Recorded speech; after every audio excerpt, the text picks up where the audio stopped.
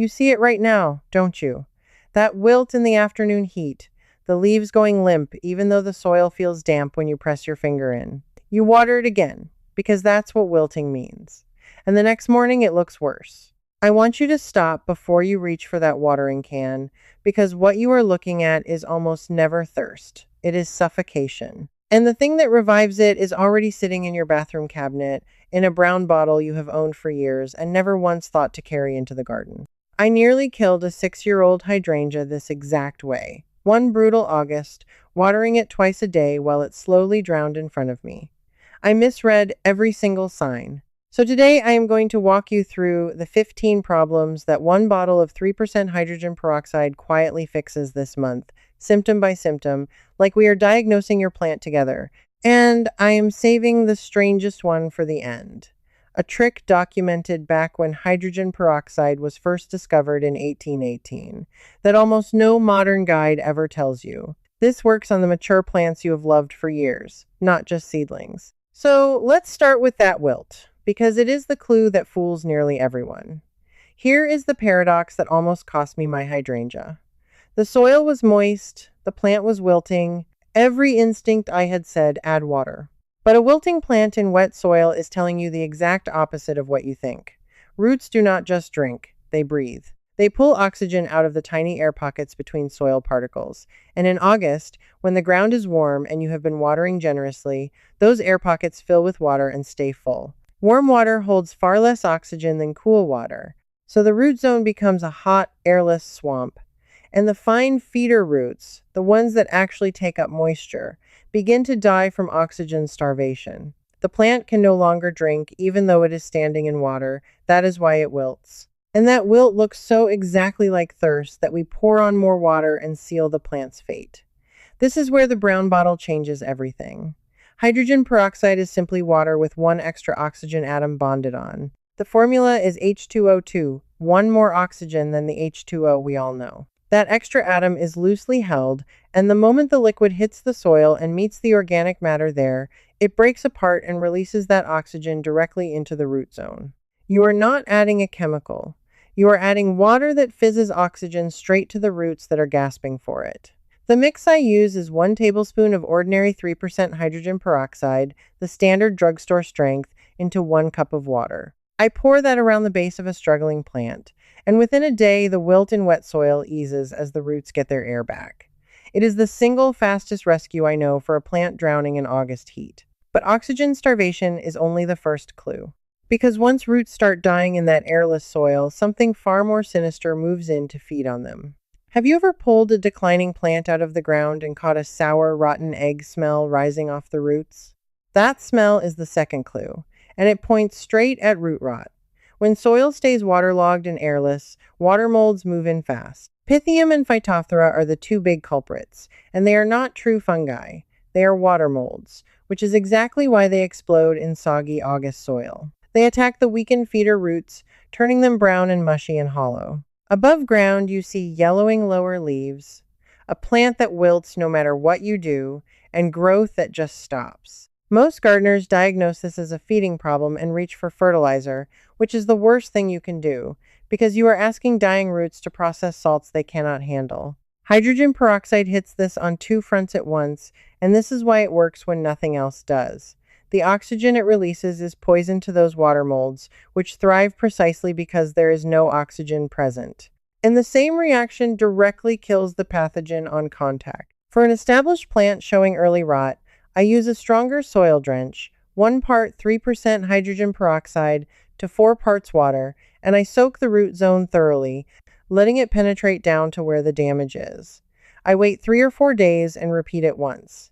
The fizzing you hear is the peroxide reacting with the organic matter and the pathogens, and that sound is the sound of the root zone being cleaned out. I want to be honest with you about the timing, because this matters. If you catch root rot when only the lower leaves are yellowing, your odds are excellent. If you wait until half the plant has collapsed, the peroxide can still stop the spread, but you may lose the plant anyway.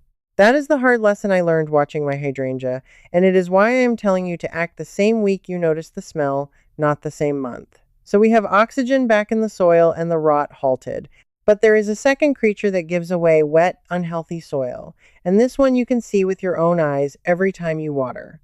Watch the surface of your pots the next time you water in the morning. If a little cloud of tiny black flies lifts up and hovers, you have found the third clue. Those are fungus gnats, and they are not just an annoyance. Everyone treats the adults, swatting at them, hanging yellow sticky traps, and wondering why they never go away. But the adults are the least of your problem. They live only a week or so. It is the larvae, the tiny translucent maggots in the top inch of your soil, that do the real harm, feeding on the fine feeder roots of your plants, the very roots you cannot afford to lose in the heat of August. The adults you see are just the sign that a whole nursery of larvae is chewing away beneath the surface. The reason infestations never end is that people keep the soil constantly moist, and fungus gnats lay their eggs in wet organic matter. Here is where the same brown bottle solves it. Mix 1 part 3% hydrogen peroxide to 4 parts water. Let your soil dry out on top first, then water your plants with this solution as you normally would. When it reaches the larvae in the soil, it fizzes and kills them on contact, while leaving the plant roots completely unharmed once it breaks down into plain water and oxygen. I do this with every watering for about 2 weeks, and it breaks the breeding cycle in a way that sticky traps never can, because it kills the generation you cannot see. That is 3 problems handled with 1 bottle, all of them rooted in the same hidden cause: soil that is too wet and too airless. But the trouble in an August garden does not stay in the soil. It climbs up onto the leaves, and that is where the next set of clues appears. Run your eye over the top leaves of your squash, your roses, your bee balm, your phlox, right now. If you see a dusty white coating like someone brushed the leaves with flour, that is the 4th clue, and it is the most common leaf disease of late summer. Powdery mildew loves August. It does not need wet leaves to take hold the way most fungal diseases do. It thrives in warm days, cool nights, and the humid, still air around crowded plants, which is exactly the weather we get this month. Most people either ignore it until the leaves are half white, or they run out and buy an expensive fungicide. But there is a simpler answer that has been used quietly for a long time. A foliar spray of hydrogen peroxide changes the surface of the leaf into something the mildew cannot survive on. I mix 1 tablespoon of 3% hydrogen peroxide into 1 cup of water, put it in a clean spray bottle, and mist the affected leaves, tops, and undersides in the early morning or the evening, never in the hot midday sun. The oxygen release disrupts the fungal cells on contact. I repeat it every 3 days until the white patches stop spreading. It will not fully erase the leaves already heavily coated. Those are done, but it stops the disease dead from moving to healthy growth, and on lightly touched leaves, it clears them almost completely. One warning, because I learned this the embarrassing way. Always test a single leaf first and never spray in strong sun, or you can scorch tender foliage. The heat and the peroxide together can be too much. Morning and evening only. So the white dust is under control.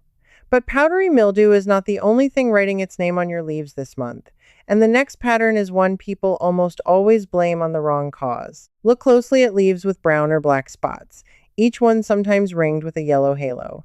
That is the 5th clue, and 9 times out of 10 I hear people call it sunburn. It is not sunburn. It is fungal or bacterial leaf spot, and it spreads. These spots appear when spores land on a leaf, and water sits there long enough for them to take hold, which is why overhead watering in the evening is such a common trigger. The disease creeps outward, spot joining spot, until the leaf yellows and drops. People pick off a leaf here and there and assume it is just age. All the while the infection is quietly moving through the plant. The same 1 tablespoon to 1 cup peroxide spray works here, but the real fix is in how you use it. I remove and bin the worst spotted leaves first, never composting them, because that just saves the spores for next year. Then I spray the remaining foliage, and just as importantly, I change how I water, keeping it at the base of the plant and in the morning so the leaves dry fast. The peroxide handles the spores present now. The watering change stops new ones from ever getting the wet leaf they need. That is 5 problems from 1 bottle, and we have not even opened the ground yet. Because some of the most powerful uses of hydrogen peroxide happen before a plant is even in your garden, and the next one will change how you start every seed you ever sow. Think about the seeds you have saved, or the packet that has been sitting in a drawer, the ones that come up patchy and slow, if they come up at all. That is the 6th clue, and the problem is usually invisible, sitting right on the surface of the seed. Seed coats carry dormancy compounds and often carry fungal spores too, and both of those work against you. That is why so many home-sown seeds either rot before they sprout or take forever to wake up. Commercial growers have long treated seeds to solve this, and hydrogen peroxide does the same job on a kitchen counter. I soak my seeds for about 30 minutes in a solution of 1 teaspoon of 3% hydrogen peroxide in 1 cup of water before sowing. The peroxide softens and cleans the seed coat, killing surface pathogens and helping break dormancy, so germination is faster and more even. For anything I am starting late for a fall display. That speed matters, because every day saved in August is a day the plant gets to establish before the season turns. Rinse them, sow them, and you will see them come up days ahead of an untreated batch. Now, everything I have shown you so far rests on one skill, and it is the skill that took me years to build. Reading the plant before you act, instead of reaching for the watering can and hoping. That is exactly what I sat down and wrote out properly. 3 books of it, more than 337 pages, because a video can hold 15 fixes, but it cannot hold the whole method. The symptom first way to tell drowning from thirst. The 2 different yellows and what each one means. How to rescue a peony or a rose your mother planted without lifting it out of the ground and guessing. And the month-by-month calendar of what to cut, what to feed, and what to leave standing so you do not erase next spring with one tidy afternoon. It is written for hands like yours, plants you have kept for decades, not seedlings. If you want it, scan the QR code right there on your screen, link in the description, pinned comment for the books. And it matters here, because the next thing I want to show you is not on the leaves at all. But even perfectly started plants can stall in the ground, and the reason is often something you would never suspect. Hiding in the water you give them. Fill a glass from your tap and let it sit. If your water is heavily chlorinated, or if you are on hard water, you may be feeding your plants something that slowly works against their roots. And that is the 7th clue, the invisible one that no leaf can show you directly. This is less a rescue and more a quiet upgrade, but it matters for fussy plants and container gardens especially. A very light hydrogen peroxide addition to your watering, about 1 teaspoon of 3% per gallon, adds dissolved oxygen to the water and helps offset the airless, compacted conditions that build up in pots over a long summer. It mimics the effect of a good rainfall, which is naturally rich in oxygen and always seems to green plants up overnight. I use this lightly, not every watering, but once every week or 2 on my containers that have been sitting through the heat, and the new growth tells me it is working. Now, I promised you this was for the plants you have loved for years, not just for seeds and pots, and this is the part I most want you to hear, because it is for the gardener who is looking at a plant right now and quietly fearing it is already too far gone. If you have a mature shrub, an old rose, an established perennial that has been declining all summer, yellowing, thinning, refusing to bloom, and you have tried feeding it and watering it and nothing has helped, I want you to try a full root zone recovery soak before you ever think about digging it out. This is the technique that saved my hydrangea after I finally understood what I had done to it. First, stop watering for a few days and let the top few inches of soil dry, because you have to break that waterlogged cycle before anything else will work. Then mix 1 part 3% hydrogen peroxide to 4 parts water, enough to thoroughly soak the entire root zone, not just a splash. Pour it slowly and evenly around the base and out to the drip line, where the active feeder roots actually are, letting it sink deep. You will hear it fizz as it drives oxygen down to those suffocating roots and burns out the water molds attacking them. Wait a week. Watch for new growth or a firming up of the foliage. Then repeat the soak 1 more time. I have brought back plants with this that I was certain I had lost, plants that had been declining for 6 or 8 weeks. It does not work every single time, I will not lie to you about that, but it works often enough and it costs so little that it is always worth trying before you give up on years of growth. The mistake I made was assuming a struggling old plant needed more of everything. More water, more food, more attention. What it actually needed was air at the roots, and that brown bottle was the cheapest way to give it. And while you are tending that established plant, there is another clue on the older established roses and fruit that gardeners constantly misread. So let me show you that one next. Look at the base of an old rose or a shrub where the soil meets the stem. If you see a rough, dark, corky swelling, or if cuttings and pruning wounds seem to rot rather than heal, you are looking at the 8th and 9th clues together, the pathogens that enter through wounds. Every time you prune in August, you open a doorway. Your shears carry bacteria and fungal spores from plant to plant, and warm, humid weather is exactly when those pathogens are most active. Most people never think to clean their tools between cuts, and they wonder why disease seems to jump around the garden. Hydrogen peroxide is a perfect tool sterilizer. I keep a small jar of 3% peroxide straight from the bottle, undiluted beside me when I prune, and I dip my blades between each plant and especially between each cut on a diseased plant. It kills bacteria and fungal spores on the metal in seconds, and then breaks down into nothing harmful. I also use it, diluted at 1 tablespoon to 1 cup, to swab a fresh pruning wound on a valuable shrub, cleaning the cut surface so pathogens cannot colonize it while it heals. That one small habit has done more to stop disease spreading through my garden than any spray. So we have moved from the soil, to the leaves, to the seeds, to the tools. But some of the most satisfying uses of this bottle happen after the growing is done, when you carry your garden indoors. Think about the last bouquet you cut and brought inside, and how fast the water turned cloudy and the stems went slimy. That is the 10th clue, and it is bacteria, choking the stems so they can no longer drink. Cut flowers die, not because they run out of water, but because bacteria multiply in the vase, block the cut ends of the stems, and starve the flowers of the water sitting right there. Florists have known this forever, which is why they add powders to the water. You can do the same thing with what you already own. I add 1 teaspoon of 3% hydrogen peroxide to a quart of vase water. It keeps the water clear and the stems open, and it noticeably extends how long the flowers last.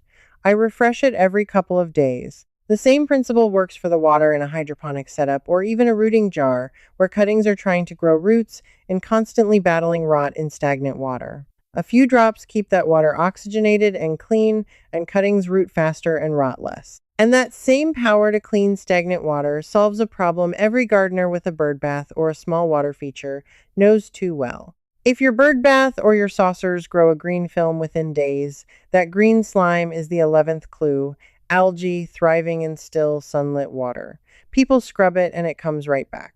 A small amount of hydrogen peroxide keeps algae in check without the harsh chemicals you would never want near birds or pollinators, because peroxide breaks down into nothing but water and oxygen. I use it sparingly in a bird bath, well diluted and always with fresh water, and it keeps the surfaces clean far longer between scrubbings. The same trick handles the algae and mineral slime that build up inside your watering cans and the crust that forms on clay pots. A soak in a peroxide solution loosens it and sterilizes the container at the same time, so you are not carrying last season's disease into next season's plants. That brings me to the pots themselves, and to a problem that quietly ruins more plants over winter than almost anything else. When you reuse a pot without cleaning it, you are the 12th clue waiting to happen. Old potting mix and the film left on the inside of a container carry fungal spores, bacteria, and pest eggs straight to the next plant you put in there. Before I replant anything into a used container, I wash it and then wipe or soak it with a hydrogen peroxide solution, about 1 part 3% to 3 parts water, to sterilize the surface. It kills the leftover pathogens that would otherwise attack the tender roots of a new plant. This is the same reason nurseries are so strict about clean pots. For the price of a splash from that brown bottle, you start every plant in a clean home instead of an infected one. And the last few problems bring us right back to where we started, to the soil, but to a part of the soil story most gardeners never think about. Have you ever noticed a plant that just refuses to thrive in the same spot where something died before it? That is the 13th clue, and it points to pathogens lingering in the soil itself long after the plant that hosted them is gone. When a plant dies of a root disease, the water molds and fungi that killed it do not vanish. They sit in that soil, waiting for the next victim you plant in the same place. This is why replacing a dead plant with a new one of the same kind so often ends in a second death. A hydrogen peroxide soil drench, 1 part 3% to 4 parts water, applied to that spot before you replant, reduces the pathogen load in the top layer of soil, giving the new plant a fighting chance. It is not a full soil sterilization, but it clears enough of the lingering disease to break the cycle that keeps killing everything you put there. The 14th clue is one you smell more than see, and it lives in your compost and your soil surface.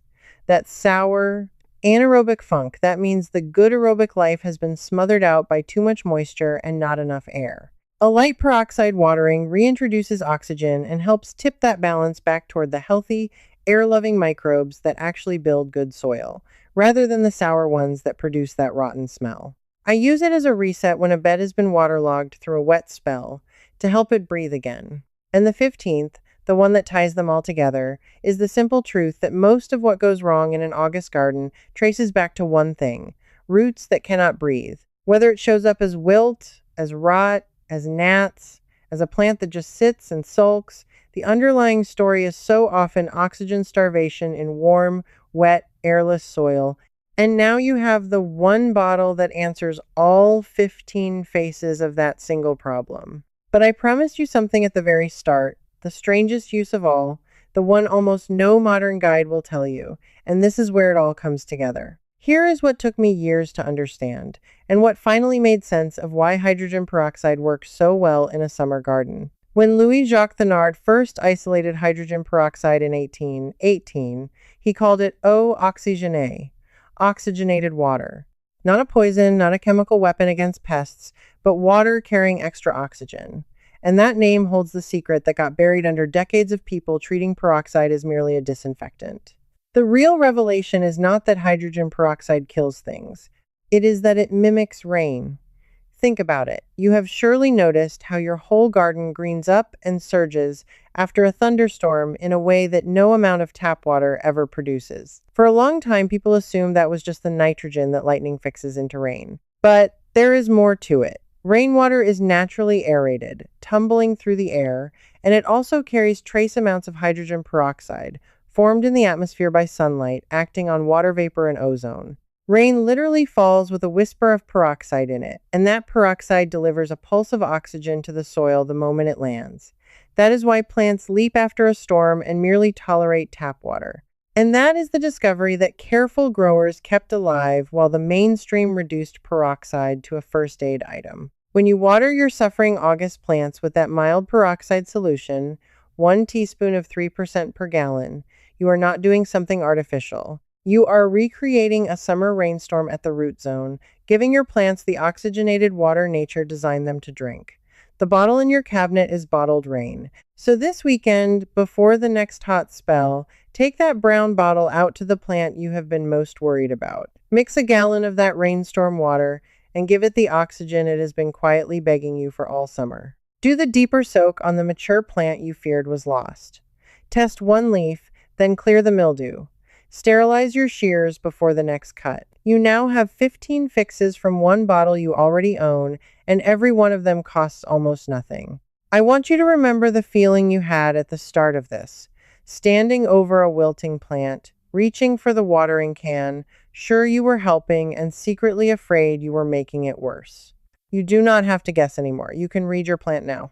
You can tell the difference between thirst and drowning, between sunburn and disease, between a plant that is dying and a plant that just needs to breathe. You are the kind of gardener who does not give up on a plant after 6 years just because it is struggling in the heat. That is exactly who this is for. So tell me, which of these 15 clues did you spot on your own plant?